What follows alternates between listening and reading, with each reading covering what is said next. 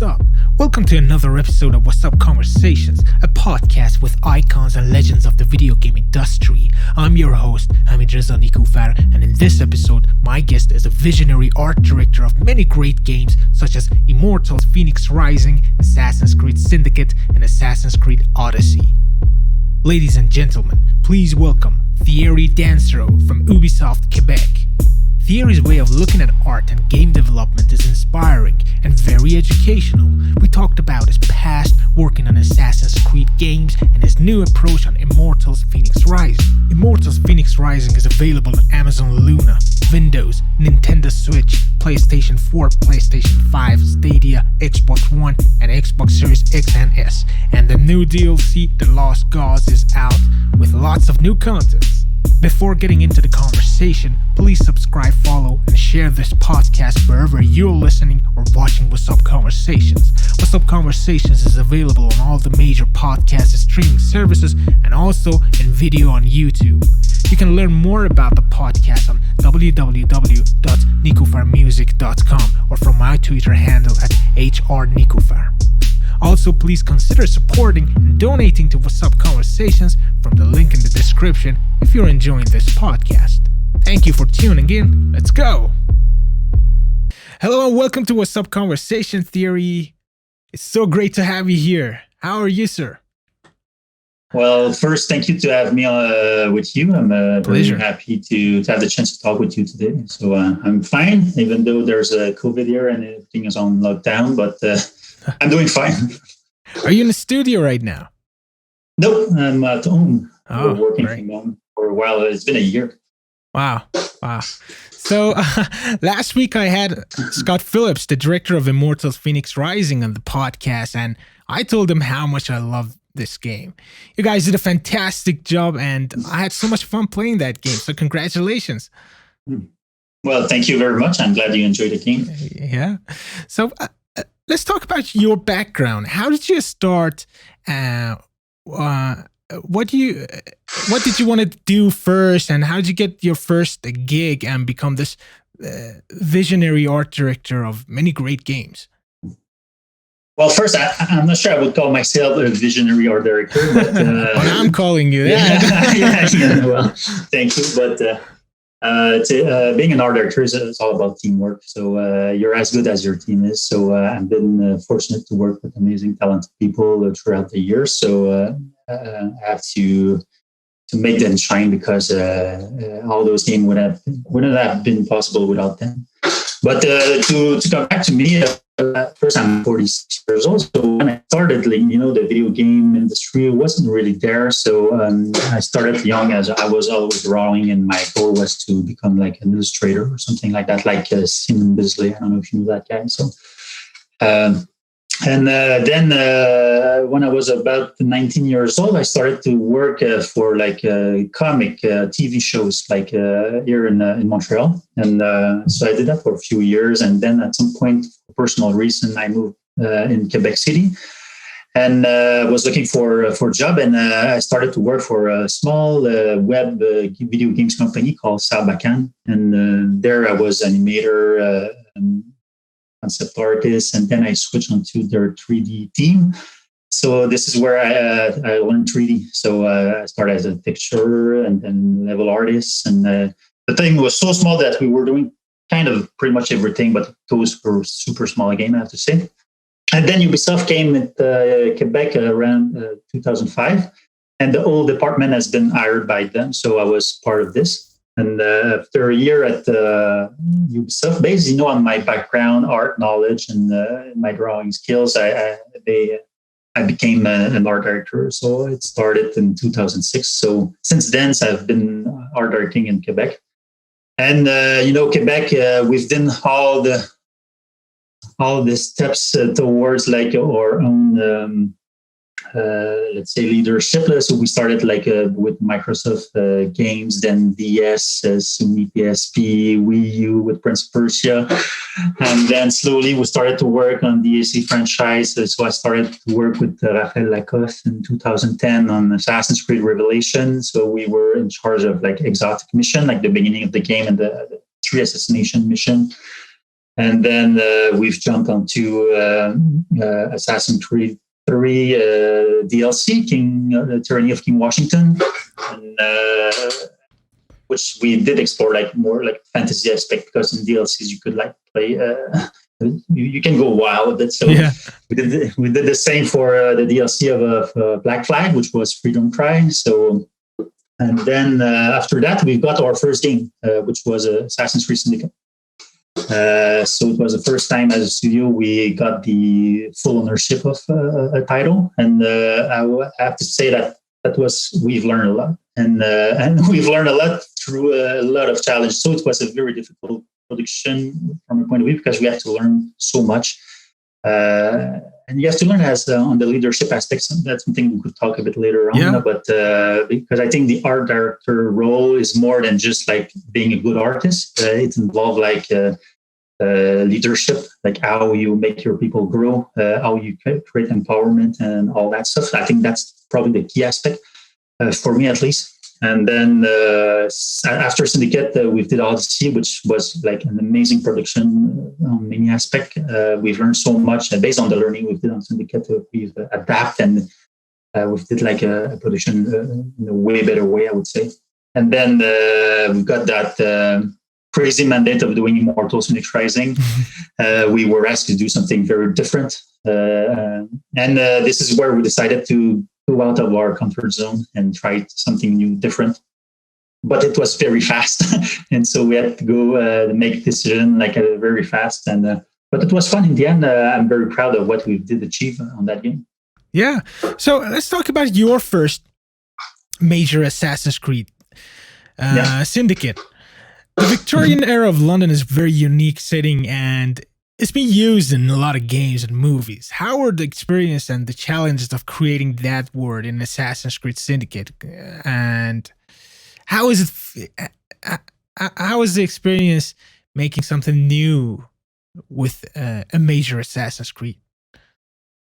Well, one of the biggest pillars for every Assassin's Creed game is is it a story. So the first thing you have to know you have to know about your time period, the period that has been chosen for the game, which is in this case the Industrial Revolution, so 1868, something like that, if I recall right. So and for first, I didn't know much about this time period, so we went in London. We took like tons of pictures. We worked with historians as usual, and then you have to figure, okay, how we will do this game. What are the key points? What we should highlight or not when it comes to art direction.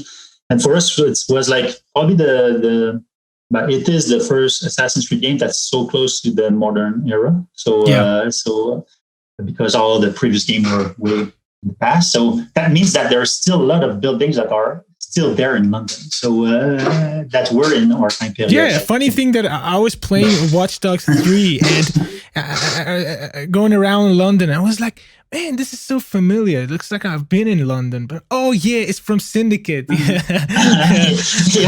yeah, exactly.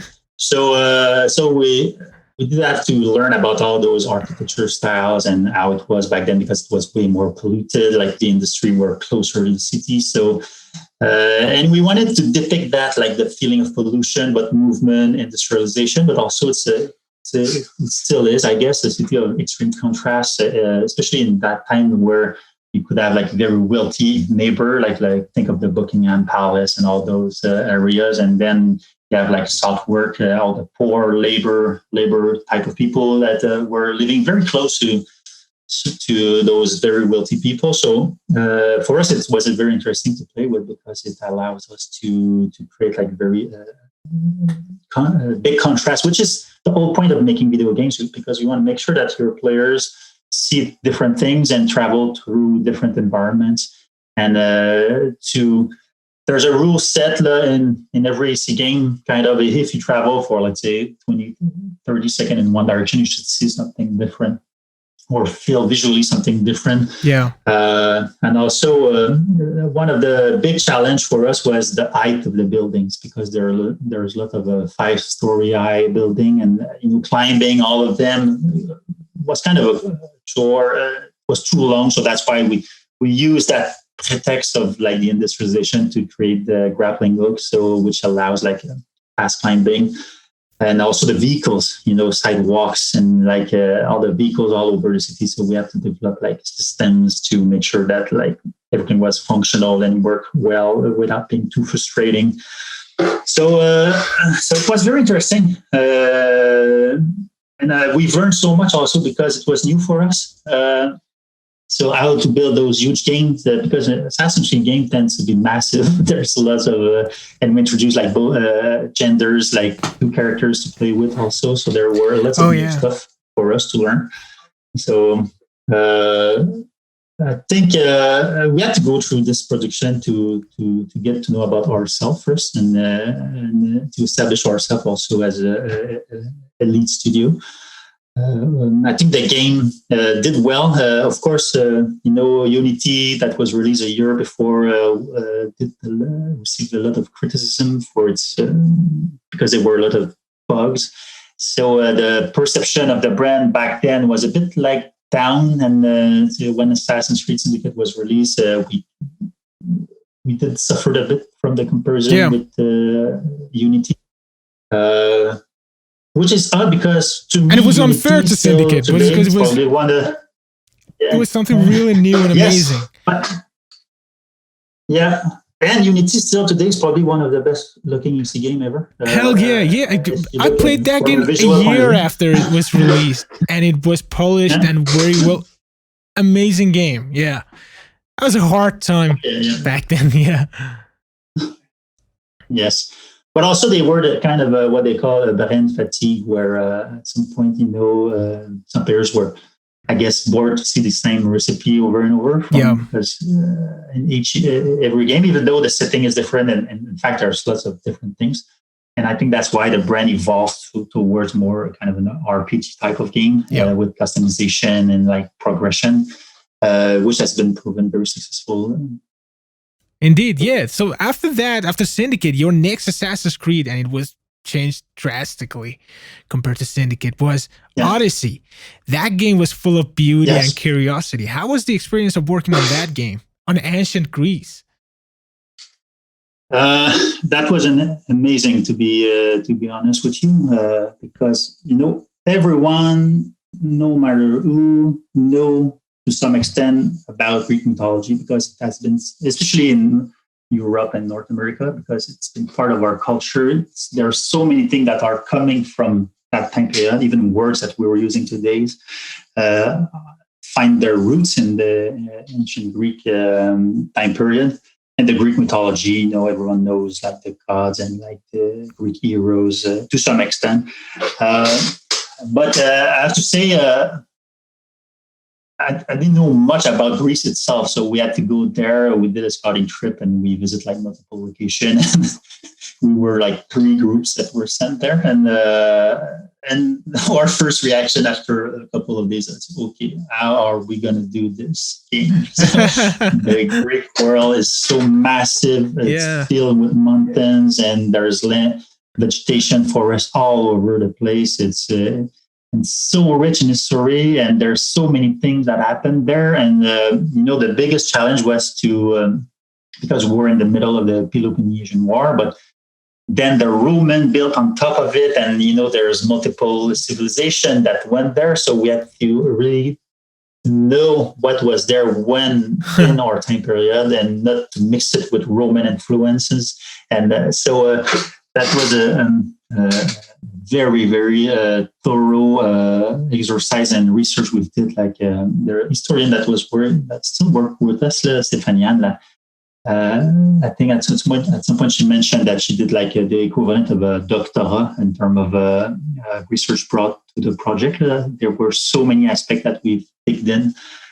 And after that, maybe on the art side, we really want to, even though we were like in the Warframe time period, we didn't want to take a world that was burned and with like city destroyer all over the place. That was not the goal, because playing in a game which is maybe too dark, after a while you don't feel great as a player. You want to see sun and light. You play a game to have fun also, and So that's why we decided to depict Greece as most people knows it today as this vacances. It's not luxury, but it's where you go in vacation destination. So there's blue, bright sky, turquoise water. You go there to have fun, and that's why we try to depict and to make in this game when we did creative choices. And I think we did that quite well. We did invest a lot on the water also. I don't know if you paid attention, but there's crashing wave, volumetric foam, the color of water. I think that's what makes the Assassin's Creed so popular. Even today, people are still playing it. It's that you have a true sense of exploration and discovery in this game, and that's probably because of the boat, because you can travel to another island. So you have the feeling of discovering a world, and you travel through it to discover a new island with different biomes and different mythology associated to it.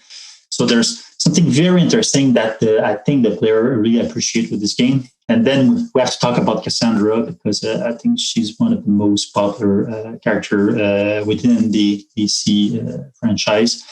And because she's a strong female character that has a lot of humor also. And that's the thing, because that game was set before the creation of the Creed and the Assassins. So there's not really an assassin in that game, but it's the root and the birth of the Templars in a way with the Cult of Cosmos. So player was said, that's not an Assassin's Creed game, but in a way it is. And we've talked more about the issue people than probably in every AC game released to date. So that was interesting. That's why we came with the idea of the broken blade of Leonidas that we use as a hidden blade. That was really fun. And on the production side, it was we did it in a very healthy way. We did not do much crunch. Everyone was very committed, and we had a lot of fun to do this game. So it was kind of a perfect production from my point of view. Yeah. Now, come to think about it, if I'm correct, history-wise, you worked on the newest, which was Syndicate, and the oldest Assassin's Creed, which was Odyssey, right? It's the inverse, Syndicate and Odyssey, but you're right. You're absolutely right. Even though some people do miss the more linear structure of old AC, but based on the players that are playing the game and the amount of time that they're spending, let's say in Origin, Odyssey, Val, you can tell that people are way more invested in the new formula in a way. Yeah, which is good because there's more characterization. You could customize your own character to your liking. There's more to discover. There's more content. And I think as a player, if you look like the value per dollar, it's fantastic what games are offering today nowadays, especially the Assassin's Creed game. I think it's a great franchise that even though now I think Valhalla was the 13th Assassin, something like that. I'm not even sure. Correct me if I'm wrong, but it's a brand that always renews itself. And I think that's great. We know the context of the historical settings. That franchise always offers something new and different to its players. And I think that's the true strength of this franchise. Like it's historical fantasy. Museum want to know more about our game. They want to use our game from an educational point of view. The amount of time and money that we invest in recreating those settings, it's something that not many organizations could do. Exactly. Museum, universities, they cannot afford spending that much money on the recreation of world. So we can do it. Of course, we're not doing 100% historical accuracy because there's no point. It's a video game, and also we have the scale ratio, which is different. So we're making creative choices. Also, we want to create like an adventure, an experience overall. But we are deeply roots in the understanding of history, and I think that's the key strength of that franchise, which makes it very interesting as a developer, but also as a game. Yeah, it kind of sparks an interest toward a certain time period, and that's great. So, previous to Syndicate, you worked on some Assassin's Creed games that was already established art-wise. So, how is it working on something that is already, decided how to look? But it's even the case with, let's say, Odyssey or even Syndicate. We're working within the frame.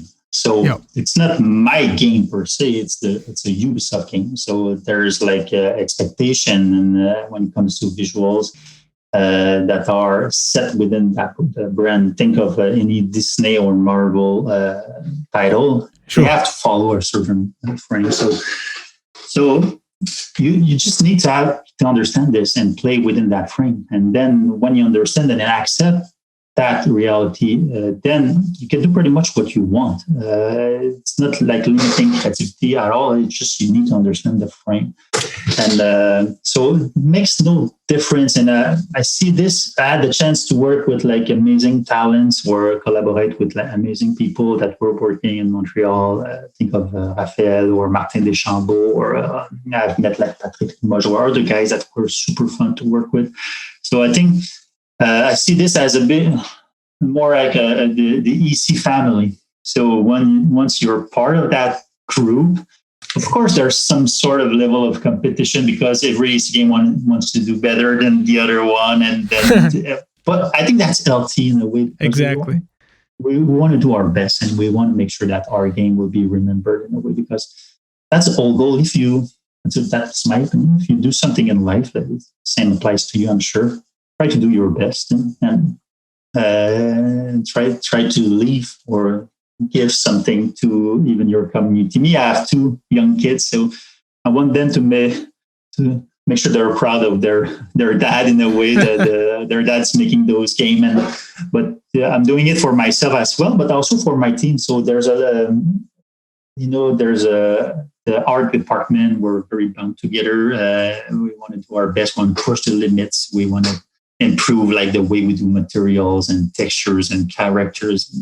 So we're pushing each other just to push the limit. And I think as long as we have this in us, it's a good sign. But the day that will stop and we'll just like come to work and say, that's just my job and I don't care much, I think that's going to be the time maybe to do something else, because we remind that ourselves quite often. We are very lucky to be able to work in the video game industry and also to work on a brand as big as Assassin's Creed. I know tons of developers that are waiting years before releasing a title. Sometimes their titles are canceled, or they don't have much visibility, or things change. And but the EC franchise is always shipping. It has tons of visibility. It's used budget. You can do pretty much all of what you want if you're ambitious, but also work well with others. So I think it's an amazing brand to work with, and we have to remember ourselves that it's a privilege. Same goes with art direction. It's not like if you're art directing for the fame, I think you're seeing the wrong way. I think it's a responsibility. It's a great advice. Right? Yeah, so you have to take care of your people, make them grow, because you're dependent on them.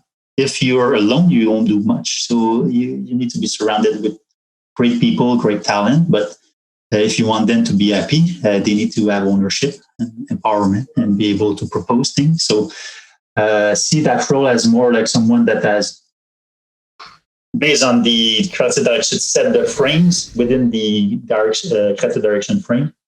But then you need to let your people grow in it and make choices. Otherwise, they won't be happy, and then we'll just leave and go somewhere else. So.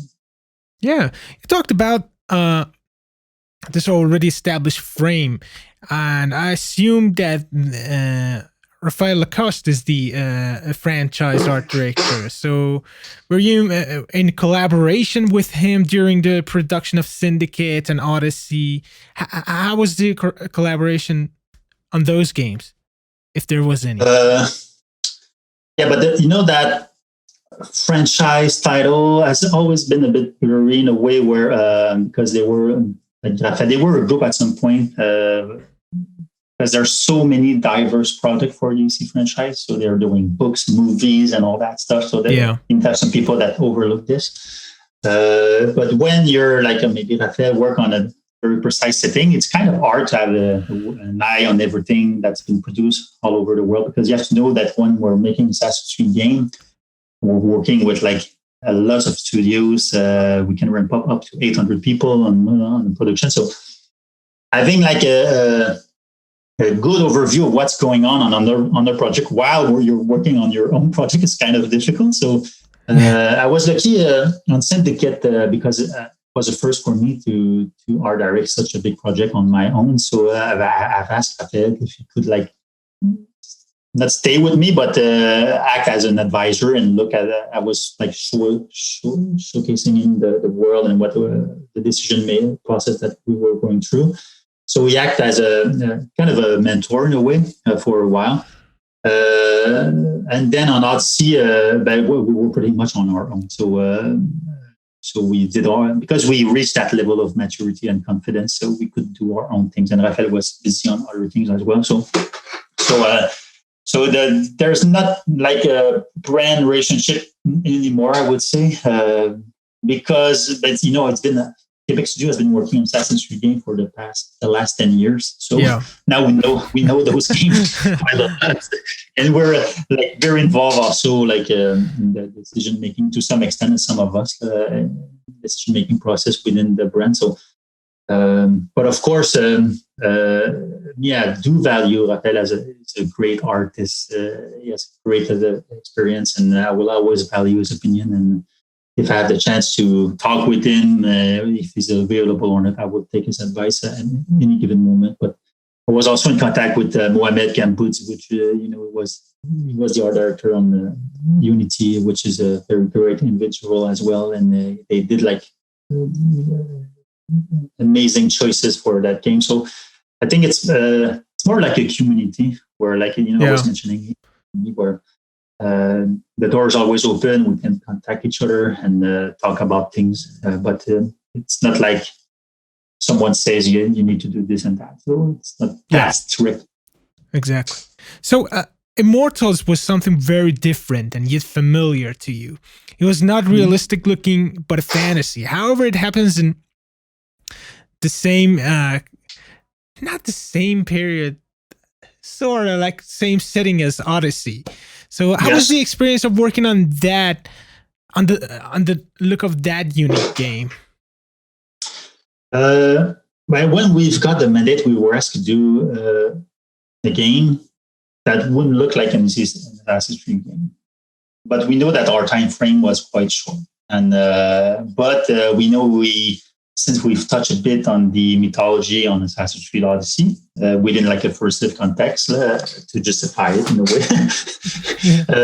we said, it could be interesting to do something that's more on the fantasy side. And it's because we've learned so much, so the studies is there already, so we could use it and take it to our advantage. When it comes to the art style, this is where it all goes back to you need to listen to your people. We had like on Odyssey, we decided to use substance designer to create our materials throughout the whole project. So which was a first for I guess a new Ubisoft game. And I don't know if you know Substance. It's a procedural way with node-based way to create like PBR materials in a way. So doing so, using that software allowed us to probably rework some of the materials we did on Odyssey and stylize them like in the easiest way. But in the end, we did redo everything, so they were not that much reused for Immortalsfenyxrising. More like its concept, maybe. But at first it sounded great. And we had a lot of people, like our lead material artists and some of our artists that were passionate about like the Ghibli movies and that form of style and aesthetic. And we said, okay, why not? Can we do this? Could we do that painterly style within a video game? Because Ghibli's, I don't know if you're familiar with Ghibli's movie, but their background are painted. So that means that the further away you go within that background, the more brushy stroke you can see, because the brush doesn't like reduce when they're painting. So So our challenge was to create that feeling where like the far away object would look like almost invented and stylized. So it's kind of so we did a lot of experimentation. We tried to stylize things like our tree shapes. It was like going back to art school where we were applying like art notion where we play with shapes, color, thematization, reduce the number of detail because Odyssey could be very noisy to some extent when it comes to the level of detail. And we said, oh, no, we should embrace empty space, emptiness. And put less props, embrace like the whole place thematization and have strong thematization. So the world was designed as a Disney theme park. So I don't know if you play the game, but there's Aphrodite, which is all lush. There's giant roots, the grass all over the place, and flowers. And then there's the Iris region, which is all dried up, full of rock and like the red grass. Just to support that personality of Iris, which is the god of war, so it's associated with Mars, so the planet, and blood. And so we've designed in a different way, and for us it was great. It was challenging though because we didn't have much time, so we didn't have much space for iteration. But due to some of our process, like using like software, we could like calibrate things like throughout the way quite easily. And for characters, same thing. We've decided to simplify things, simplify shapes, just to create some sort of a new visual, new aesthetic for that game. So it was a lot of fun actually doing this, and I think we've learned and we've grew as artists, as a group, a lot doing this because doing photorealistic game, you look at the reference and you try to reproduce it, but you have an actual reference. But when it comes to stylization, something that doesn't exist, you have to invent it. So it requires something different. It requires more creativity from your people or your creative people. So because you have to invent most of the time the thing. So so that's a very different process when you think of it. And it was really fun. So which one was more fun for you to work on? The realistic looking of, for example, Odyssey, or the fantasy looking of this one? And did you have experience of working on something similar to Immortals before working on it? Oh yeah, but like I was mentioning at the very beginning of our interview, I grew up as a drawer. I was drawing all the time, so I was drawing like cartoons for TV. Yeah. So, and when I was in Sarbacane, we were doing like very stylized and even Disney projects and Warner Brothers. So I have kind of a background, like it's been years now, but towards stylization. So but never at that level because making a video games, it's very different because it's a huge, I think there's almost up to 25 to 30 hours of single campaign, but you could spend way more time in that game. The thing with video game is that you don't control what the player will be looking at. So it's the player that has the control with its camera. So you have to make sure that every frame look kind of good. And there are so many things to look at. It's just not just about like assets, but it's time of day, lighting, clouds, water, effects, presentation. There's gameplay ingredients. So there's a lot of things to think about. And Odyssey was an amazing, create an amazing satisfaction for me because the game is so huge, and seeing it as a whole, how did we manage to create that many content? So because there's so many things to do in that game, it's just crazy. And as a developer, often you don't play all the quests and everything because you're focusing on zones. So you're going to engine and you're looking at specific things. But once the game was released, I played fully through it and I said, oh shit, there are so many content. So on that level, sometimes some of us talk about Odyssey, and we did realize, hey, we did that game. It's kind of incredible when you're thinking of it, because when you're in a video game, like as a developer, you only see the flaws. You only see what's not working. You're looking for bugs all the time.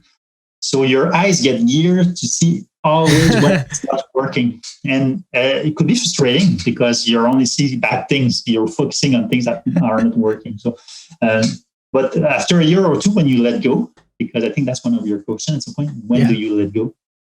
And you take the time to fully appreciate the game for what it is as a player, like, for its experience. Now you see it like how you should see it, how most people are seeing your game. And that makes a huge difference. I'm watching my kids playing like Immortals Fenyxrising. I can see that they have like a lot of fun time and they are enjoying the game like a lot. And one of my youngest kids is saying it's one of his favorite. How old are they? 10 and 8. And for him, it's one of the best games he ever played. So for me, it's one of the best games I've ever played. Oh yeah, and I play every day. That's cool. That's cool. So it's great. It's great. It's kind of a legacy that we're leaving. So, but the thing is, today there are so many entertainment available for everyone. TV shows, TV series. There's so many network video games, cell phones game, stream, Amazon, Luna, Google Stadia. So it's all over the place. So it's really hard as a consumer to decide what you should pay for or play with, because there's so many options. If like you spend, let's say you have like a 10-minute of bad experience within a game, you will most likely quit the game and jump onto something else. So I think that's the hardest part, is to catch players' attention and keep them in your game. But I guess the value of time is now more important than the value of the money. Are you going to like invest this amount of time on this game or another game? And that's the real question, rather than $60 or get it free on, for example, Game Pass. Yeah, and add to that you have a life to live also, and to do other things, and to go outside and to do exercise and live your life. So the amount of time that you're like allowing to entertainment might vary to every people, but so it's super competitive, and I think it's going to be even worse in a few years, because with indies and what we're seeing with Unreal, like it's going to be easier and easier for indie developer to make good-looking games. So it's quite challenging actually, and but that being said, I think the video game industry is in its golden age. So we'll see.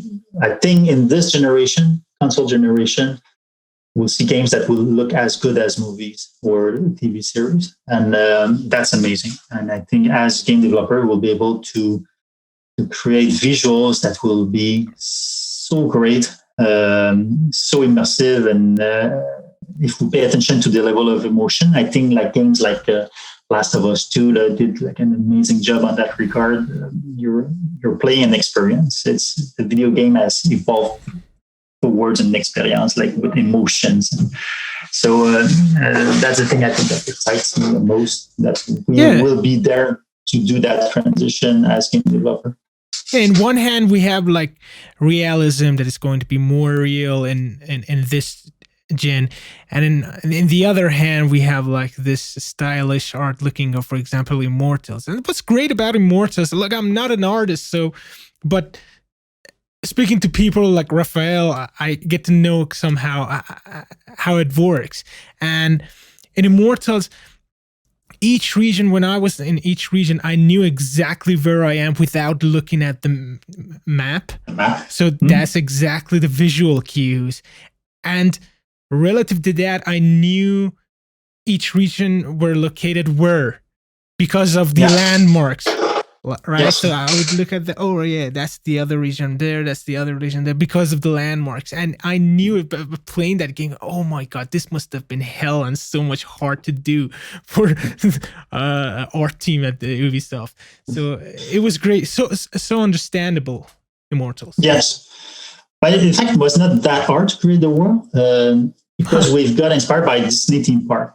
You know, I don't know if you had a chance. I went once in my life in the Disney theme park, but the way they organize their park, it's the same principle. Take landmarks, so you can see where you're in, and So they're very smart and clever. And I can assure you that they spend a lot of time building their theme park, making sure that it's working the way they make you travel through it. It's all taught. So we kind of did the same thing. One of our biggest challenge, though, was that you could climb so high in Immortals Fenyxrising that you could see the whole world pretty often. So from a memory budget point of view, being able to see everything at once, that's very demanding on GPUs and CPUs. Yeah. So we had to be very clever with the way we were working with the LOD level of detail when it comes to props and assets. Make sure that they still look good from far, but they don't cost too much. So from a technical point of view, some of our engineers did some marvelous work this game. Yeah. By the way, I played the game on PS5 and 4K 60 frames. I appreciate the beauty of it. So, as I mentioned last week, Scott Phillips, the director of Immortals and AC Odyssey and Syndicate, was my guest. How was working with him? And generally, what's the best way to collaborate with a visionary director like him? First, I started to work with Scott on Syndicate. And since then, we've been working together, and so it's a friend first. So and we joke all the time together. So I think we don't take ourselves too seriously. Dude, Scott's awesome, man. I want to have drinks with him. And we are having a lot of fun, especially in the studio environment. Now, since COVID, we're seeing each other less a bit. But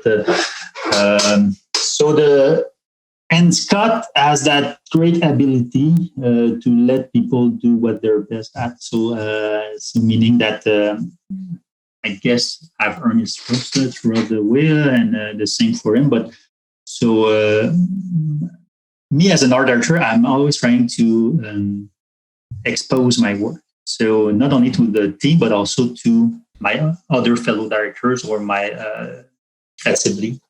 So they always know what's going on, what I have in mind, what I will try to achieve, or what we are trying to do. So in that regard, you always know what to expect. And we have like a very respectful relationship where we could say things without being rude or saying that doesn't work, blah, blah, blah. It's always like a very collaborative environment and safe environment as well. So where we allow ourselves to make mistakes and try things and to see if that thing could end up being something great. And I think that's how we also produce game. If like there's a good idea that's coming from programmers or someone on the floor that say that could be a great things to do in the game, often that idea will make its way in the game. So that's kind of the relationship I always had with Scott. Because you're right, he's a great guy. It's very kind of moderate. So it's reassuring because he's not panicking or he's always like he's thinking a lot, and so he has I think a very good thought process, and which allows him to have a good understanding of what he wants, but also where we're at. And so I only have good words to say about Scott because it's hard to me to evaluate because I have a, I guess, friendship relationship with him. So I have nothing bad to say, but also I know him on a personal level. So which makes we're together when we're making games, and we're trying to do our best and to make good games. And that's what I could say about Scott. I think it's a great leader, a great creative, and so I'm glad that I had a chance to work with him. Right. He was excited to have you on the podcast too. Yeah. Oh yeah. Yeah. So, as an artist, before starting, when is the best time? I asked the same question from Rafael too. When is the best time for an artist to start a project, and when is it the right time to finish it and let it go? But it really depends if it's a personal project or like a game company projects. when you're working for a company, when the deadline comes, there's a deadline, so you need to let go when the deadline is. So, and as creative, I think one part of our role is to always ask or push for quality, as until management says stop. So, because we're the guardian of quality in a way, so if we're not doing it, who's going to do it? So, so it's part of our role to try always to improve and push the quality within a certain limit. Of course, you don't want to, as long as it stays positive and not become toxic, and like I'm pushing people like to ask them to do more work, and redo things, and always changing idea. I think having a strong vision and a strong goal and always help, because if you are improvising too much or change your mind too often, that will lead to confusion, and people will start like disbelieve in the project's vision and say, okay, they're always changing their mind. So as a lead, I think you have to make sure that first think of what you want and clearly establish it through a benchmark or a mood board or whatever tools that you could use, and try to stick to it. Of course, you need to adapt to what the game gives you, and if something will serve the game best, I think you shouldn't be shy to change what you've been working on, even though it could have spent like months on a feature. If it doesn't work, at some point you need to let it go, because it's a waste of time and money, and doesn't serve the game. So I think this is where you have to need to have like strong leaders that are open-minded also to maybe what they were thinking that would be great is not great. They need to change it. So I think that's a strength.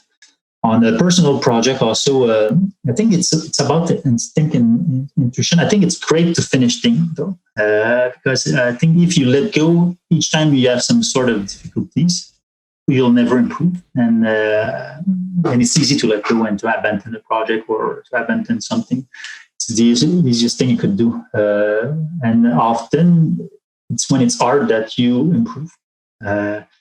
If it was easy, everyone will have success. And that's not how it works in life, because otherwise everyone will have success, everyone will be millionaire. And but this is not how it works. So there's no secret, I think. If you want to get good at drawing, you need to draw, and you draw a lot. And are you willing to sacrifice your 5 to 7 with friends to draw instead, or to do whatever you want to do, like practice guitar or whatever? So it's the amount of time that you're spending that will make the difference, if that's your goal. Because there's also the speed you want to progress. It's not a race. It needs to be fun. If it becomes a chore or a core chore, and you don't have fun doing what you do, there's no point doing it. So there's a very thin line where, why are you doing this? Is it for you to prove yourself to others? And what's your interest? And I think it needs to be for you first. And even as art director, art is subjective. Everyone has an opinion. What you think is beautiful could be different for me, and it's different for another one. So, and my role is to pick what should be, to define that frame, because that's my role. But everyone has a different opinion about this, but I base my decision on my personal taste, and what I like in life, and what I love in the reference I'm looking at, the artist I'm following, or my personal preference. And so it's based on what I like me. So I'm at ease when I'm making a decision, because I believe in it, because it's from me. It's not like I'm not trying to please someone else, because doing so, you'll end up creating a big pizza with various influences, and then but you won't own it because it's not yours. You're trying to project yourself in others' mind or head, and that's bad, I think, because we'll end up with failures in a way. So follow what you love, what you believe in, and at some point, if it's creating stress and anxiety, I think probably it's time to let go. So, but don't abandon too quickly. There's often a solution that you're not thinking of. So there's some various solutions, like expose your work, try to get some feedback, ask people. Some people are shy. They don't want to expose rough or sketches because they think they will be judged as artists. Yeah. But that's the contrary. Me, I was the same. I was like that when I was younger. I just wanted to show clean drawing. But at some point, I've learned to love sketches more even than final image, because I think a final image often becomes stiff and very there's no dynamism in it because everything has become too polished. So that's why I love so much like the artwork from Pixar or Disney, where you see sketches and like line art. So I think they let your imagination to fill the blank parts and exactly, which is I think important. Yeah, I guess it's important to kind of build up on where you finished before, and then kind of people like see each artwork, for example, as something different. But if you look at it as something you do, you can always build up on the last project you did, and it's never finished. So you're exactly. That's a good point, actually. Where some people were saying that on Immortals Fenyxrising, it's the journey that's important. That's not the final destination, because there will never be a final destination. Once you'll be finishing something, you'll start a new thing, and you probably wouldn't like that much the final piece because I would have to keep this and that to improve it. So it's never ending. So it's like in everything, you could be always learning throughout your whole life if you want. That's what you want, of course. So it's really personal in a way, but I think needs to stay true to yourself and what you believe in and your personal taste first, and then if it puts you in a bad mood or a bad place emotionally wise, maybe it's a good time to quit. Yeah. So what are your favorite games of all time? That's hard, because we knew when you wrote that question, I started to think about it, and I think it really depends where I was in life when those games were there. And because if I was to play a game that I remember liked, like 5 years ago, probably today I would say, why did I like that game that much? Yeah. But so there's games that I remember because when they were released and where I was in life, they did really impress me. Let's say, in 2005, like the first God of War on PS2, for me was mind blowing. The cutscene and all that lore, that fantasy lore. I think that was amazing. That was a great game. I remember like Return of Castle Wolfenstein. Yeah. Because at some point I quit playing games and I was more into music and doing other things in my life. And I got into this game on PC. I said, "Oh, shit, games have evolved so much. It's amazing." And then, they were the Nazi and then monsters at some point. And I was, wow, you could do really creative stuff in games. So at that game, I remember a lot. So I think I'm all over the place with games because I love like Journey. I don't know if you remember Journey. For me, from a visual point of view, it was poetic. It was a poetic game. It's a very different experience. I really like that game. Resident Evil 4 also for me was like an amazing game. I played thrice, I think. Mass Effect 2 also, I really enjoy like that RPG and choices and going through different planets. I think that was a great game. Baldur's Gate. I used to play Dungeons and Dragons as a table game. Yeah. And when I saw Baldur's Gate, I thought that was amazing as well. I remembered the souvenir from my youth playing like the board game. And so the Uncharted series also, I think it's amazing. Like it's kind of Indiana Jones, playable Indiana Jones in a way, with the humor, like the location. Those games was okay. You could do great things. I think Naughty Dog was a great studios to like with The Last of Us. Also, they do great things. I think they set up the bar in the genre. So I think they're great for this. Of course, the AC franchise, I'm in love with it because I've been working for 10 years on it. So I really love those games. Probably for the historical revisiting time period where you're learning while you're doing it. And I love history. I love humans. So I think that's great. Portal 2 also was great to me. Like the humor, the clever way they do their levels. I think that was a great game as well. So Inside, Limbo, also. So there's tons of games. So I cannot pinpoint one, but there's so many good games out there. So what are your favorite games regarding their artwork? Then I also had to think about that question a lot, because I think it's not about games, but more about artists that work on those games. So, because as you know, games use many concept artists, and there's some of them that are better than others. And I've been following them. I had the chance to know some of them also. So guys like Ethan Senna, Florian Lebrun, Raphaël Lacoste, Martin Deschambault. I wrote names because I'm bad with names as art. Also, Fred Rambaud, which I used to work with, also are all amazing artists. Ben Moreau, T.B. Choi, Maciej Kuchera, Corey Loftus, John Sweeney. So there's so many artists. Nowadays, there's too many artists. So I think it's just crazy the amount of good artwork that you can see on the web. And that's the thing, we were talking when you should let go or pursue.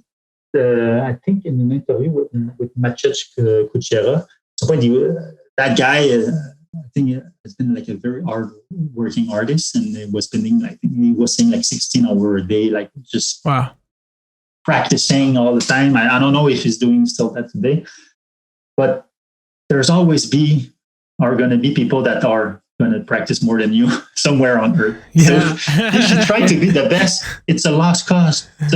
There's going to be people that dedicate their whole life to do this, and so don't be in competition, because it's going to become negative, and it's going to be too hard on you're going to be too hard on yourself. I'm not good enough. Those guys are better than me. But that's not the point. The point is to have fun doing art, and so we need to be careful. But there's so many great artists, and now they're using so many tools that help in the 3D software. So it's getting even more complicated nowadays to become a good artist, because you have to master a lot of different skills in order to create strong image, because that's like most of them are using. So and then you need to find your own style as well. But there are so many great artists nowadays, and I'm glad, because it's a great time to be an artist. The video game industry offers a great jobs, well-paid job, and you can make like a good living working in video games. When I started in Quebec, Sarbacane was the only gaming studio in Quebec, and we were 35 people. And now, almost 20 years later, I think there's more than 1,000 people working in Quebec City in the video game industry. So it's great for the youth. It's great for the creative. They have options that didn't exist when I was young. So it's great. It's a great time. Yeah. So what's your favorite Assassin's Creed game? As a gamer, that's important. As a gamer, that's a good question. I really, without saying my favorite, because I'm working, I used to work on the brands that I want to shocking people. But there's few of them that I love more than others. I love AC2, Brotherhood, Black Flag, that's for sure. That was a Scott's pick too. Huh? That was a Scott's pick too. He loved the second one in the franchise most. Yeah. Also, I love, of course, Syndicate because I worked on it. I love the Origin because I think they achieved some amazing visual in that game. Also. And that was Raphael's game favorite, Assassin's Creed. Origin? Yeah, I can tell. I think it's one of the best-looking AC game, I think, that was done. Odyssey was good. I'm proud of it also, really proud of it. Don't get me wrong. But I can recognize like others' work also, and I think they did a great job on that game. That's for sure. So that would be probably it. Like AC2, Brotherhood, Black Flag, Odyssey, Origin those are probably my favorite AC games. Yeah. So I'm a Persian. Are you interested to make an Assassin's Creed in Persia? But we did the Prince of Persia game. I work on one. I work on Prince of Persia. Sands of Time? No, not Son of Time. The one on the Wii, which I forget the name. It's crazy. And I work on the remake of the first platformers in the Prince of Persia for iPad. I did some help with redesigning some icons at some point. So Prince of Persia for me was, I love Sand of Time when it was released in 2004, I think. I think this is where Ubisoft stands out as the very, I think, innovative gaming company, because with the parkour on the walls and like they become like one of the landmark in animation back then. And so I think Sand of Time was a great game in that regard. And it's something that was carried over years with the reputation of Ubisoft being able to create great animation, great 3Cs. Nowadays, companies have matched up and even in certain ways surpassed Ubisoft in that regard, but that's okay. But so yeah, they were a person game. Maybe one day you'll see a game or an AC game in Persia. Who knows? On Odyssey, we've touched on Persia a bit with the DLC with the first blade, Darius. History of the Hidden Blade, I guess. Yeah. And Darius was the first assassin with the hidden blade. First usage of hidden blade. Yeah. Yes, exactly. Great. So, what games are you waiting for the most? There's a couple of games. I also have been there's the new Horizon, like Forbidden West, made by Guerrilla Games, that I will be looking for, because the Decima engine that they're using, I think it's super strong. They have like amazing tools to create levels, and they seems to be very strong on the techno and tools innovation. So the first Horizon Zero Dawn was like an amazing visually speaking game. So I'm very curious to see what they'll come up with this game. God of War also, I think it's going to be always amazing. On the stylized side, there's Kena, Bridge of the Spirits, that I'm curious to see what this game will look like. There's Black Myth, the Wukong. I don't know if you saw it. The Chinese game. RPG, the Chinese, yeah. I love the Chinese mythology. I love the myth of the king, Monkey King. So from what I saw, the visual that they show, I can't wait to see that game. I think it's going to be amazing. And it's interesting to see China starting to make like 4A, because now we're not even seeing AAA games, it's 4A games. So it's a notch. I don't know what that means exactly, but it's a notch further away. And Grand Theft Auto 6, we never know if it's going to be released one day or not. But what Rockstar is making is always good. Can't wait to see what Naughty Dog will be releasing next also. So there's a couple of titles. We'll see. There's another game which I forgot. I think it's Kingdom something. What I'm interested to see, it's how the next-gen graphic will be pushed. Yeah. How photorealism will be pushed, how facial expression will be pushed. With the MetaHuman Creator demo from Unreal. When I was talking about we'll see visual games match what we see on TV, or Untitled Chapter was used Unreal as to film their background. Unreal has been developing for the movie industry as well. So you can really tell that like visually games will just be amazing. So and that's what I can't wait to see. It's the tool that we'll have at our hands to play with to create our games. So I think that's for me the most exciting part, to have the chance to still be a game developer in this given moment, and to be part of that transition. So that's very exciting. Yeah, that's great.